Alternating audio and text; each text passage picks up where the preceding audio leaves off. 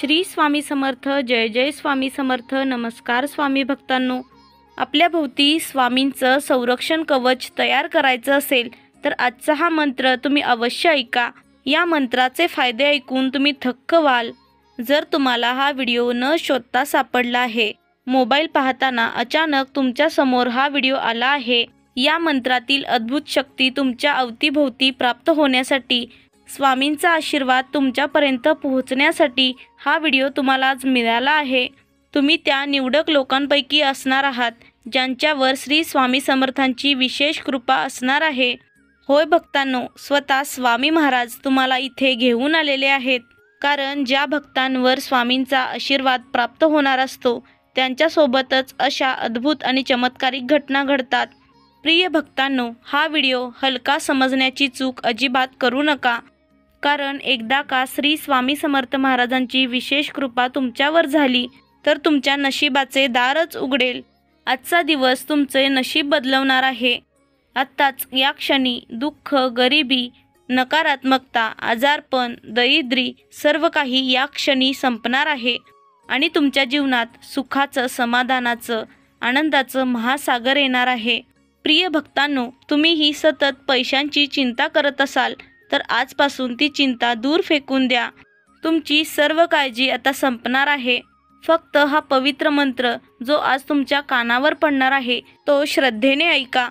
आजचा हा मंत्र तुम्ही खऱ्या मनाने ऐकलात तर तुमचे नशीब कसे उजळते तुम्ही स्वतः डोळ्यांनी पाहाल.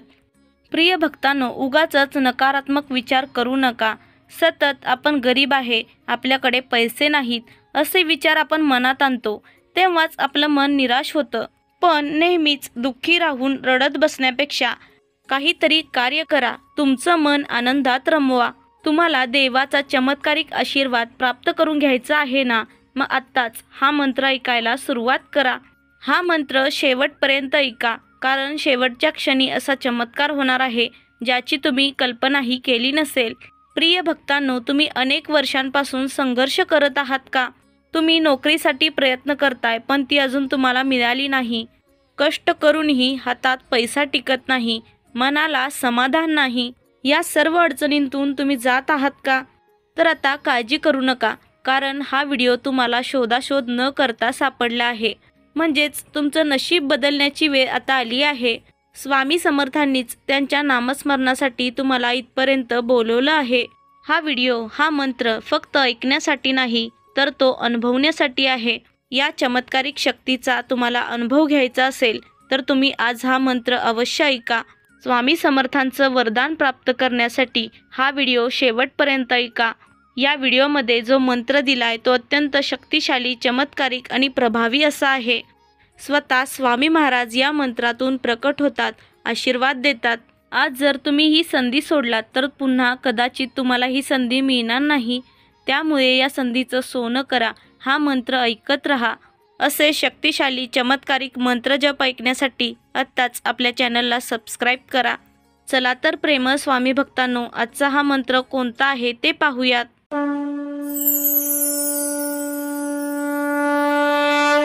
ओम श्री स्वामी समर्थाय अवधूत दत्तात्रयाय नमः. ओम श्री स्वामी समर्थाय अवधूत दत्तात्रयाय नमः. ओम श्री स्वामी समर्थाय अवधूत दत्तात्रयाय नमः.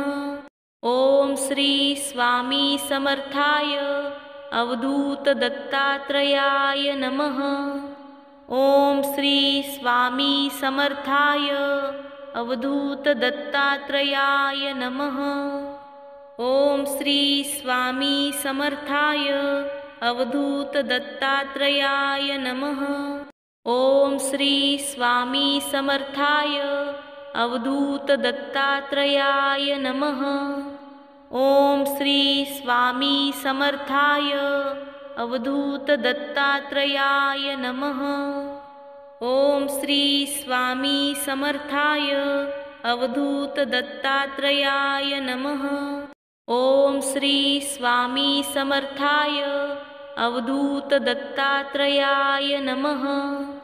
ओम श्री स्वामी समर्थाय अवधूत दत्तात्रेयाय नमः। ओम श्री स्वामी समर्थाय अवधूत दत्तात्रेयाय नमः। ओम श्री स्वामी समर्थाय अवधूत दत्तात्रेयाय नमः। ओम श्री स्वामी समर्थाय अवधूत दत्तात्रेयाय नमः। ओम श्री स्वामी समर्थाय अवधूत दत्तात्रेयाय नमः। ओम श्री स्वामी समर्थाय अवधूत दत्तात्रेयाय नमः। ओम श्री स्वामी समर्थाय अवधूत दत्तात्रेयाय नमः। ओम श्री स्वामी समर्थाय अवधूत दत्तात्रेयाय नमः। ओम श्री स्वामी समर्थाय अवधूत दत्तात्रेयाय नमः। ओम श्री स्वामी समर्थाय अवधूत दत्तात्रेयाय नमः। ओम श्री स्वामी समर्थाय अवधूत दत्तात्रेयाय नमः। ओम श्री स्वामी समर्थाय अवधूत दत्तात्रेयाय नमः। ओम श्री स्वामी समर्थाय अवधूत दत्तात्रेयाय नमः। ओम श्री स्वामी समर्थाय अवधूत दत्तात्रेयाय नमः। ओम श्री स्वामी समर्थाय अवधूत दत्तात्रेयाय नमः। ओम श्री स्वामी समर्थाय अवधूत दत्तात्रेयाय नमः। ओम श्री स्वामी समर्थाय अवधूत दत्तात्रेयाय नमः। ओम श्री स्वामी समर्थाय अवधूत दत्तात्रेयाय नमः। ओम श्री स्वामी समर्थाय अवधूत दत्तात्रेयाय नमः। ओम श्री स्वामी समर्थाय अवधूत दत्तात्रेयाय नमः। ओम श्री स्वामी समर्थाय अवधूत दत्तात्रेयाय नमः। ओम श्री स्वामी समर्थाय अवधूत दत्तात्रेयाय नमः। ओम श्री स्वामी समर्थाय अवधूत दत्तात्रेयाय नमः। ओम श्री स्वामी समर्थाय अवधूत दत्तात्रेयाय नमः। ओम श्री स्वामी समर्थाय अवधूत दत्तात्रेयाय नमः। ओम श्री स्वामी समर्थाय अवधूत दत्तात्रेयाय नमः। ओम श्री स्वामी समर्थाय अवधूत दत्तात्रेयाय नमः। ओम श्री स्वामी समर्थाय अवधूत दत्तात्रेयाय नमः। ओम श्री स्वामी समर्थाय अवधूत दत्तात्रेयाय नमः। ओम श्री स्वामी समर्थाय अवधूत दत्तात्रेयाय नमः। ओम श्री स्वामी समर्थाय अवधूत दत्तात्रेयाय नमः। ओम श्री स्वामी समर्थाय अवधूत दत्तात्रेयाय नमः। ओम श्री स्वामी समर्थाय अवधूत दत्तात्रेयाय नमः।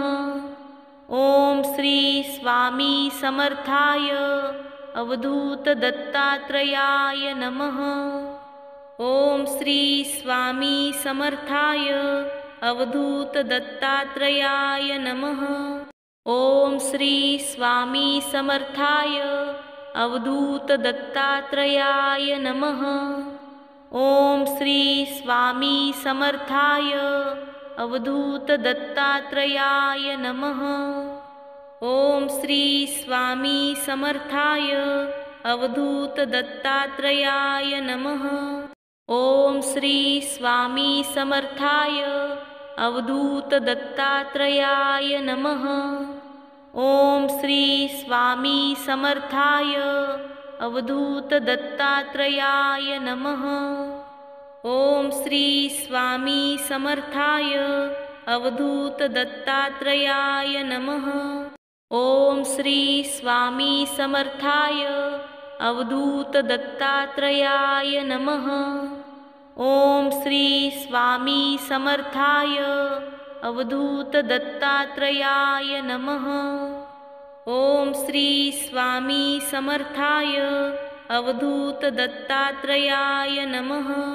ओम श्री स्वामी समर्थाय अवधूत दत्तात्रेयाय नमः। ओम श्री स्वामी समर्थाय अवधूत दत्तात्रेयाय नमः। ओम श्री स्वामी समर्थाय अवधूत दत्तात्रेयाय नमः।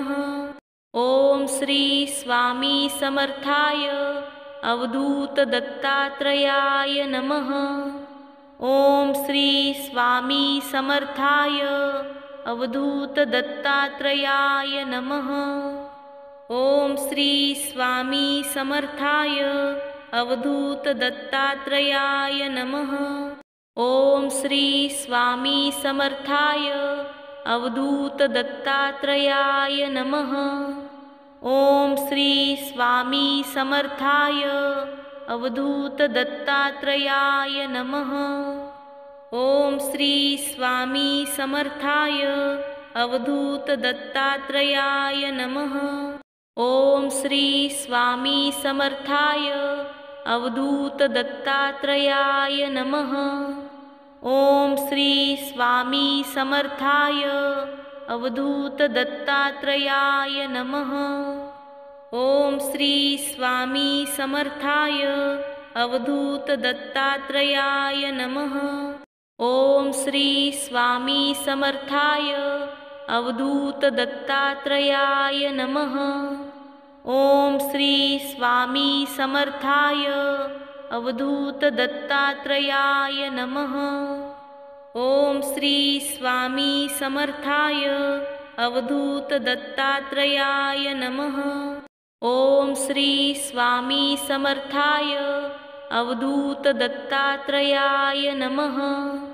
ओम श्री स्वामी समर्थाय अवधूत दत्तात्रेयाय नमः। ओम श्री स्वामी समर्थाय अवधूत दत्तात्रेयाय नमः। ओम श्री स्वामी समर्थाय अवधूत दत्तात्रेयाय नमः। ओम श्री स्वामी समर्थाय अवधूत दत्तात्रेयाय नमः। ओम श्री स्वामी समर्थाय अवधूत दत्तात्रेयाय नमः। ओम श्री स्वामी समर्थाय अवधूत दत्तात्रेयाय नमः। ओम श्री स्वामी समर्थाय अवधूत दत्तात्रेयाय नमः। ओम श्री स्वामी समर्थाय अवधूत दत्तात्रेयाय नमः। ओम श्री स्वामी समर्थाय अवधूत दत्तात्रेयाय नमः। ओम श्री स्वामी समर्थाय अवधूत दत्तात्रेयाय नमः। ओम श्री स्वामी समर्थाय अवधूत दत्तात्रेयाय नमः। ओम श्री स्वामी समर्थाय अवधूत दत्तात्रेयाय नमः। ओम श्री स्वामी समर्थाय अवधूत दत्तात्रेयाय नमः। ओम श्री स्वामी समर्थाय अवधूत दत्तात्रेयाय नमः। ओम श्री स्वामी समर्थाय अवधूत दत्तात्रेयाय नमः। ओम श्री स्वामी समर्थाय अवधूत दत्तात्रेयाय नमः। ओम श्री स्वामी समर्थाय अवधूत दत्तात्रेयाय नमः। ओम श्री स्वामी समर्थाय अवधूत दत्तात्रेयाय नमः। ओम श्री स्वामी समर्थाय अवधूत दत्तात्रेयाय नमः। ओम श्री स्वामी समर्थाय अवधूत दत्तात्रेयाय नमः। ओम श्री स्वामी समर्थाय अवधूत दत्तात्रेयाय नमः। ओम श्री स्वामी समर्थाय अवधूत दत्तात्रेयाय नमः। ओम श्री स्वामी समर्थाय अवधूत दत्तात्रेयाय नमः। ओम श्री स्वामी समर्थाय अवधूत दत्तात्रेयाय नमः। ओम श्री स्वामी समर्थाय अवधूत दत्तात्रेयाय नमः। ओम श्री स्वामी समर्थाय अवधूत दत्तात्रेयाय नमः। ओम श्री स्वामी समर्थाय अवधूत दत्तात्रेयाय नमः।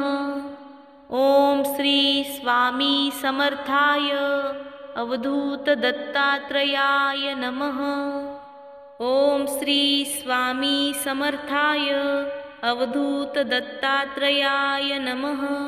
ओम श्री स्वामी समर्थाय अवधूत दत्तात्रेयाय नमः। ओम श्री स्वामी समर्थाय अवधूत दत्तात्रेयाय नमः। ओम श्री स्वामी समर्थाय अवधूत दत्तात्रेयाय नमः। ओम श्री स्वामी समर्थाय अवधूत दत्तात्रेयाय नमः।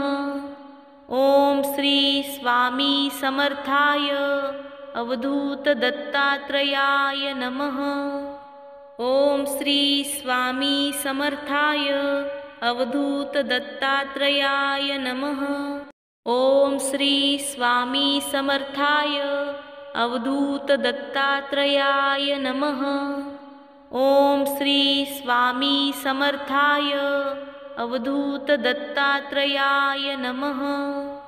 ओम श्री स्वामी समर्थाय अवधूत दत्तात्रेयाय नमः। ओम श्री स्वामी समर्थाय अवधूत दत्तात्रेयाय नमः। ओम श्री स्वामी समर्थाय अवधूत दत्तात्रेयाय नमः। ओम श्री स्वामी समर्थाय अवधूत दत्तात्रेयाय नमः।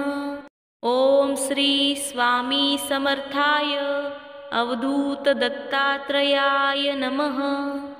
ओम श्री स्वामी समर्थाय अवधूत दत्तात्रेयाय नमः।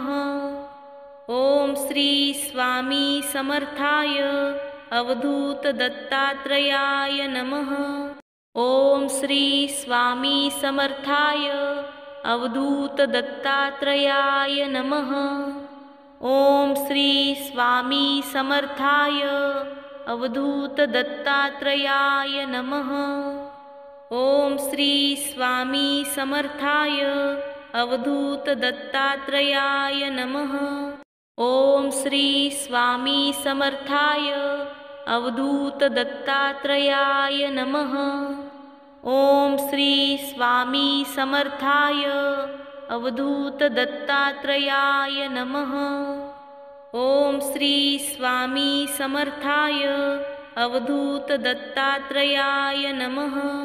ओम श्री स्वामी समर्थाय अवधूत दत्तात्रेयाय नमः। ओम श्री स्वामी समर्थाय अवधूत दत्तात्रेयाय नमः। ओम श्री स्वामी समर्थाय अवधूत दत्तात्रेयाय नमः। ओम श्री स्वामी समर्थाय अवधूत दत्तात्रेयाय नमः। ओम श्री स्वामी समर्थाय अवधूत दत्तात्रेयाय नमः। ओम श्री स्वामी समर्थाय अवधूत दत्तात्रेयाय नमः। ओम श्री स्वामी समर्थाय अवधूत दत्तात्रेयाय नमः। ओम श्री स्वामी समर्थाय अवधूत दत्तात्रेयाय नमः। ओम श्री स्वामी समर्थाय अवधूत दत्तात्रेयाय नमः। ओम श्री स्वामी समर्थाय अवधूत दत्तात्रेयाय नमः। ओम श्री स्वामी समर्थाय अवधूत दत्तात्रेयाय नमः। ओम श्री स्वामी समर्थाय अवधूत दत्तात्रेयाय नमः। ओम श्री स्वामी समर्थाय अवधूत दत्तात्रेयाय नमः। ओम श्री स्वामी समर्थाय अवधूत दत्तात्रेयाय नमः। ओम श्री स्वामी समर्थाय अवधूत दत्तात्रेयाय नमः। ओम श्री स्वामी समर्थाय अवधूत दत्तात्रेयाय नमः।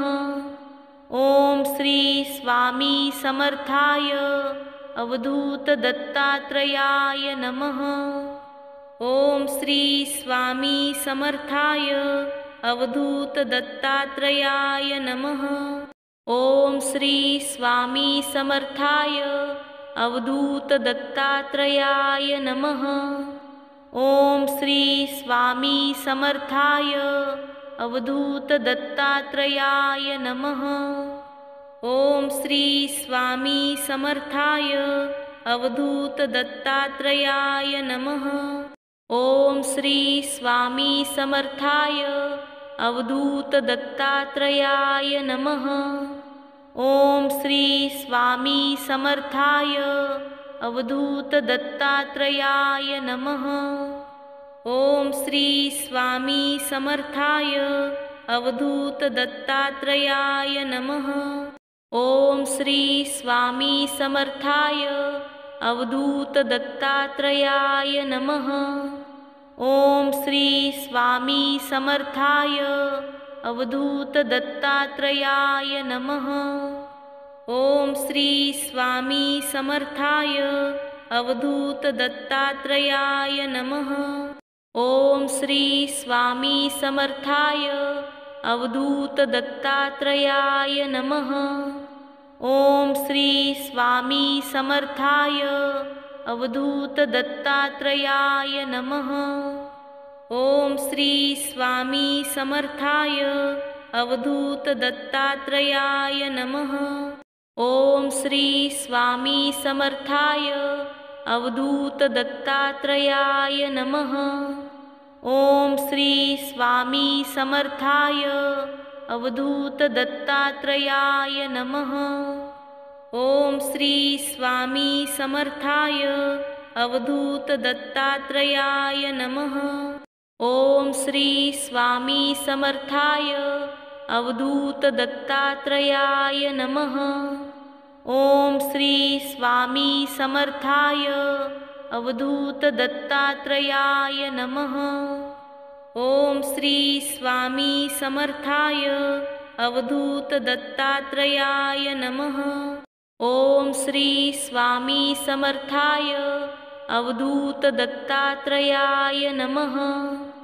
ओम श्री स्वामी समर्थाय अवधूत दत्तात्रेयाय नमः। ओम श्री स्वामी समर्थाय अवधूत दत्तात्रेयाय नमः। ओम श्री स्वामी समर्थाय अवधूत दत्तात्रेयाय नमः। ओम श्री स्वामी समर्थाय अवधूत दत्तात्रेयाय नमः। ओम श्री स्वामी समर्थाय अवधूत दत्तात्रेयाय नमः। ओम श्री स्वामी समर्थाय अवधूत दत्तात्रेयाय नमः। ओम श्री स्वामी समर्थाय अवधूत दत्तात्रेयाय नमः। ओम श्री स्वामी समर्थाय अवधूत दत्तात्रेयाय नमः। ओम श्री स्वामी समर्थाय अवधूत दत्तात्रेयाय नमः। ओम श्री स्वामी समर्थाय अवधूत दत्तात्रेयाय नमः। ओम श्री स्वामी समर्थाय अवधूत दत्तात्रेयाय नमः। ओम श्री स्वामी समर्थाय अवधूत दत्तात्रेयाय नमः। ओम श्री स्वामी समर्थाय अवधूत दत्तात्रेयाय नमः। ओम श्री स्वामी समर्थाय अवधूत दत्तात्रेयाय नमः। ओम श्री स्वामी समर्थाय अवधूत दत्तात्रेयाय नमः। ओम श्री स्वामी समर्थाय अवधूत दत्तात्रेयाय नमः। ओम श्री स्वामी समर्थाय अवधूत दत्तात्रेयाय नमः। ओम श्री स्वामी समर्थाय अवधूत दत्तात्रेयाय नमः। ओम श्री स्वामी समर्थाय अवधूत दत्तात्रेयाय नमः।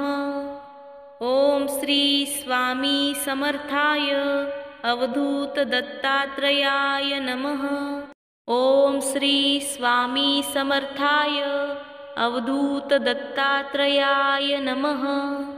ओम श्री स्वामी समर्थाय अवधूत दत्तात्रेयाय नमः।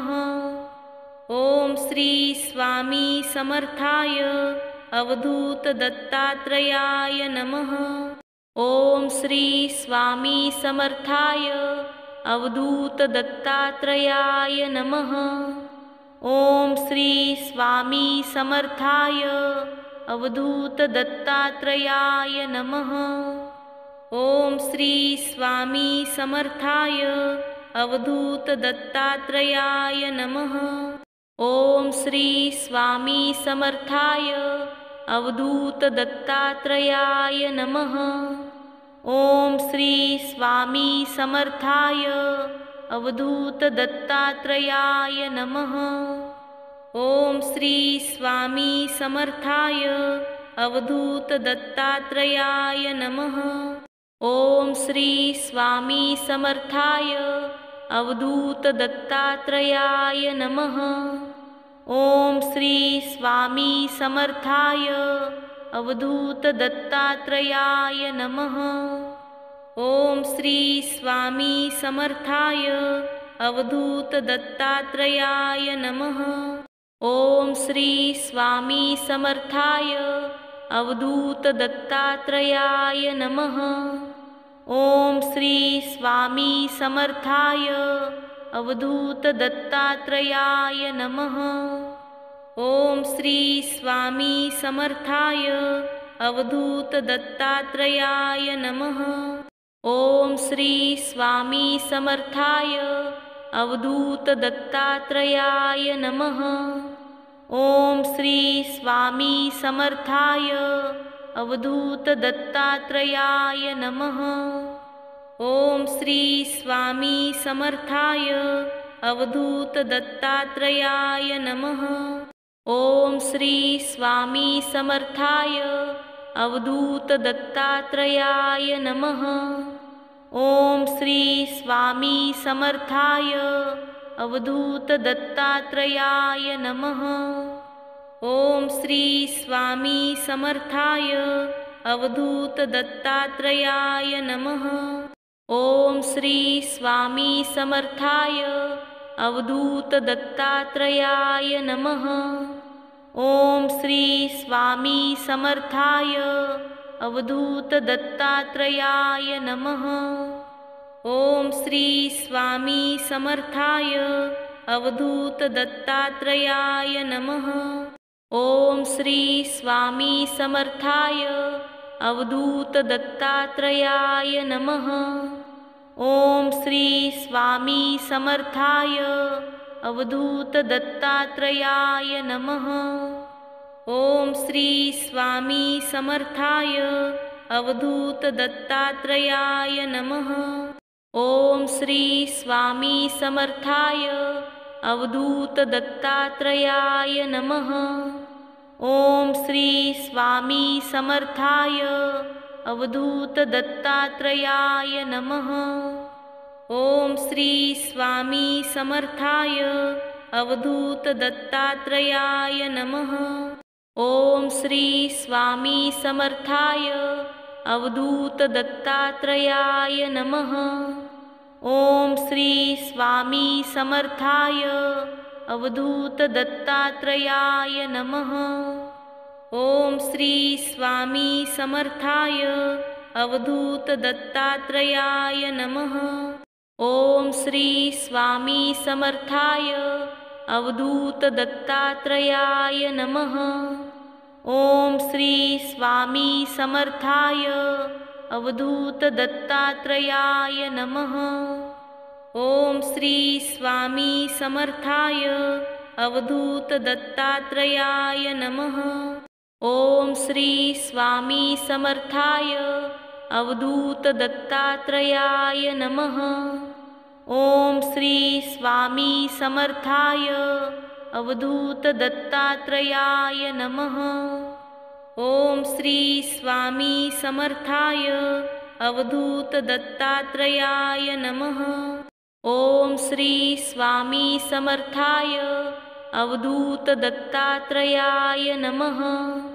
ओम श्री स्वामी समर्थाय अवधूत दत्तात्रेयाय नमः। ओम श्री स्वामी समर्थाय अवधूत दत्तात्रेयाय नमः। ओम श्री स्वामी समर्थाय अवधूत दत्तात्रेयाय नमः। ओम श्री स्वामी समर्थाय अवधूत दत्तात्रेयाय नमः। ओम श्री स्वामी समर्थाय अवधूत दत्तात्रेयाय नमः। ओम श्री स्वामी समर्थाय अवधूत दत्तात्रेयाय नमः। ओम श्री स्वामी समर्थाय अवधूत दत्तात्रेयाय नमः। ओम श्री स्वामी समर्थाय अवधूत दत्तात्रेयाय नमः। ओम श्री स्वामी समर्थाय अवधूत दत्तात्रेयाय नमः। ओम श्री स्वामी समर्थाय अवधूत दत्तात्रेयाय नमः। ओम श्री स्वामी समर्थाय अवधूत दत्तात्रेयाय नमः। ओम श्री स्वामी समर्थाय अवधूत दत्तात्रेयाय नमः। ओम श्री स्वामी समर्थाय अवधूत दत्तात्रेयाय नमः। ओम श्री स्वामी समर्थाय अवधूत दत्तात्रेयाय नमः। ओम श्री स्वामी समर्थाय अवधूत दत्तात्रेयाय नमः। ओम श्री स्वामी समर्थाय अवधूत दत्तात्रेयाय नमः। ओम श्री स्वामी समर्थाय अवधूत दत्तात्रेयाय नमः। ओम श्री स्वामी समर्थाय अवधूत दत्तात्रेयाय नमः। ओम श्री स्वामी समर्थाय अवधूत दत्तात्रेयाय नमः। ओम श्री स्वामी समर्थाय अवधूत दत्तात्रेयाय नमः। ओम श्री स्वामी समर्थाय अवधूत दत्तात्रेयाय नमः। ओम श्री स्वामी समर्थाय अवधूत दत्तात्रेयाय नमः। ओम श्री स्वामी समर्थाय अवधूत दत्तात्रेयाय नमः। ओम श्री स्वामी समर्थाय अवधूत दत्तात्रेयाय नमः। ओम श्री स्वामी समर्थाय अवधूत दत्तात्रेयाय नमः। ओम श्री स्वामी समर्थाय अवधूत दत्तात्रेयाय नमः। ओम श्री स्वामी समर्थाय अवधूत दत्तात्रेयाय नमः। ओम श्री स्वामी समर्थाय अवधूत दत्तात्रेयाय नमः। ओम श्री स्वामी समर्थाय अवधूत दत्तात्रेयाय नमः। ओम श्री स्वामी समर्थाय अवधूत दत्तात्रेयाय नमः। ओम श्री स्वामी समर्थाय अवधूत दत्तात्रेयाय नमः। ओम श्री स्वामी समर्थाय अवधूत दत्तात्रेयाय नमः। ओम श्री स्वामी समर्थाय अवधूत दत्तात्रेयाय नमः। ओम श्री स्वामी समर्थाय अवधूत दत्तात्रेयाय नमः। ओम श्री स्वामी समर्थाय अवधूत दत्तात्रेयाय नमः। ओम श्री स्वामी समर्थाय अवधूत दत्तात्रेयाय नमः। ओम श्री स्वामी समर्थाय अवधूत दत्तात्रेयाय नमः। ओम श्री स्वामी समर्थाय अवधूत दत्तात्रेयाय नमः। ओम श्री स्वामी समर्थाय अवधूत दत्तात्रेयाय नमः। ओम श्री स्वामी समर्थाय अवधूत दत्तात्रेयाय नमः। ओम श्री स्वामी समर्थाय अवधूत दत्तात्रेयाय नमः। ओम श्री स्वामी समर्थाय अवधूत दत्तात्रेयाय नमः। ओम श्री स्वामी समर्थाय अवधूत दत्तात्रेयाय नमः। ओम श्री स्वामी समर्थाय अवधूत दत्तात्रेयाय नमः। ओम श्री स्वामी समर्थाय अवधूत दत्तात्रेयाय नमः। ओम श्री स्वामी समर्थाय अवधूत दत्तात्रेयाय नमः। ओम श्री स्वामी समर्थाय अवधूत दत्तात्रेयाय नमः। ओम श्री स्वामी समर्थाय अवधूत दत्तात्रेयाय नमः। ओम श्री स्वामी समर्थाय अवधूत दत्तात्रेयाय नमः। ओम श्री स्वामी समर्थाय अवधूत दत्तात्रेयाय नमः। ओम श्री स्वामी समर्थाय अवधूत दत्तात्रेयाय नमः। ओम श्री स्वामी समर्थाय अवधूत दत्तात्रेयाय नमः। ओम श्री स्वामी समर्थाय अवधूत दत्तात्रेयाय नमः। ओम श्री स्वामी समर्थाय अवधूत दत्तात्रेयाय नमः। ओम श्री स्वामी समर्थाय अवधूत दत्तात्रेयाय नमः। ओम श्री स्वामी समर्थाय अवधूत दत्तात्रेयाय नमः। ओम श्री स्वामी समर्थाय अवधूत दत्तात्रेयाय नमः। ओम श्री स्वामी समर्थाय अवधूत दत्तात्रेयाय नमः। ओम श्री स्वामी समर्थाय अवधूत दत्तात्रेयाय नमः। ओम श्री स्वामी समर्थाय अवधूत दत्तात्रेयाय नमः। ओम श्री स्वामी समर्थाय अवधूत दत्तात्रेयाय नमः। ओम श्री स्वामी समर्थाय अवधूत दत्तात्रेयाय नमः।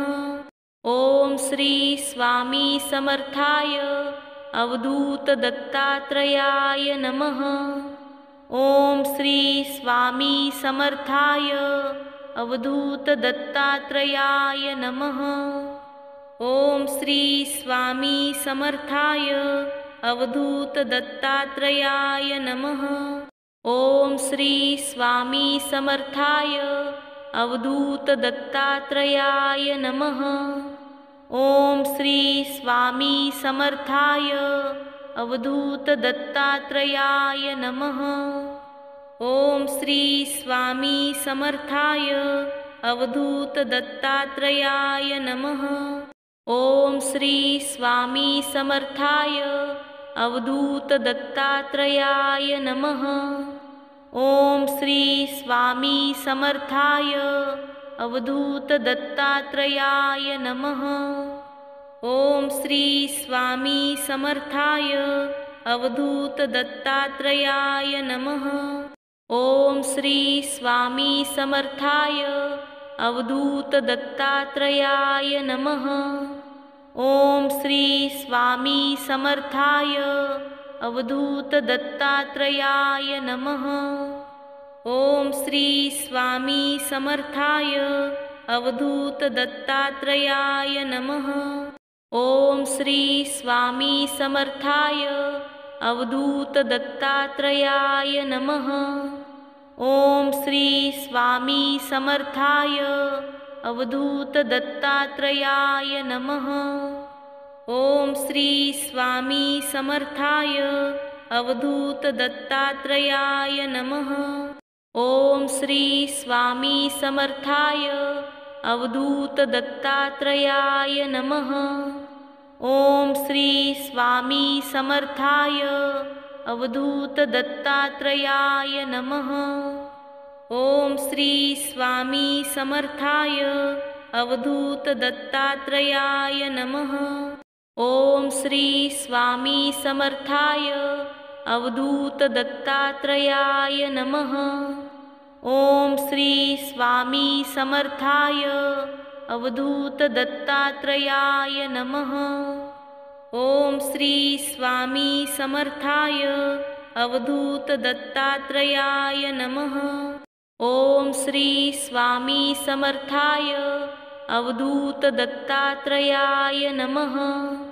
ओम श्री स्वामी समर्थाय अवधूत दत्तात्रेयाय नमः। ओम श्री स्वामी समर्थाय अवधूत दत्तात्रेयाय नमः। ओम श्री स्वामी समर्थाय अवधूत दत्तात्रेयाय नमः। ओम श्री स्वामी समर्थाय अवधूत दत्तात्रेयाय नमः। ओम श्री स्वामी समर्थाय अवधूत दत्तात्रेयाय नमः। ओम श्री स्वामी समर्थाय अवधूत दत्तात्रेयाय नमः। ओम श्री स्वामी समर्थाय अवधूत दत्तात्रेयाय नमः। ओम श्री स्वामी समर्थाय अवधूत दत्तात्रेयाय नमः। ओम श्री स्वामी समर्थाय अवधूत दत्तात्रेयाय नमः। ओम श्री स्वामी समर्थाय अवधूत दत्तात्रेयाय नमः। ओम श्री स्वामी समर्थाय अवधूत दत्तात्रेयाय नमः। ओम श्री स्वामी समर्थाय अवधूत दत्तात्रेयाय नमः। ओम श्री स्वामी समर्थाय अवधूत दत्तात्रेयाय नमः। ओम श्री स्वामी समर्थाय अवधूत दत्तात्रेयाय नमः। ओम श्री स्वामी समर्थाय अवधूत दत्तात्रेयाय नमः। ओम श्री स्वामी समर्थाय अवधूत दत्तात्रेयाय नमः। ओम श्री स्वामी समर्थाय अवधूत दत्तात्रेयाय नमः। ओम श्री स्वामी समर्थाय अवधूत दत्तात्रेयाय नमः। ओम श्री स्वामी समर्थाय अवधूत दत्तात्रेयाय नमः। ओम श्री स्वामी समर्थाय अवधूत दत्तात्रेयाय नमः। ओम श्री स्वामी समर्थाय अवधूत दत्तात्रेयाय नमः।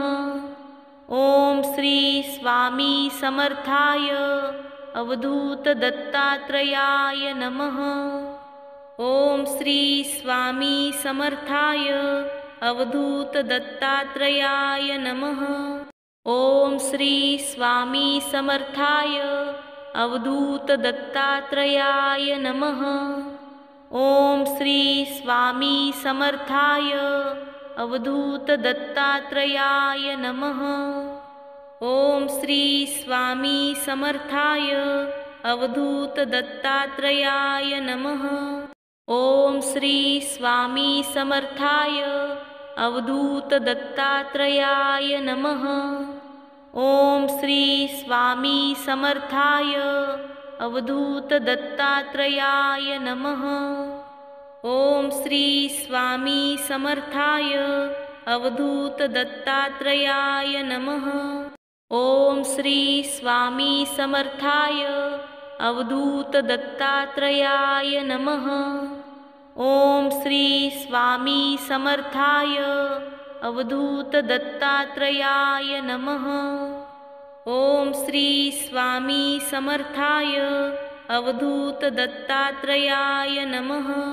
ओम श्री स्वामी समर्थाय अवधूत दत्तात्रेयाय नमः।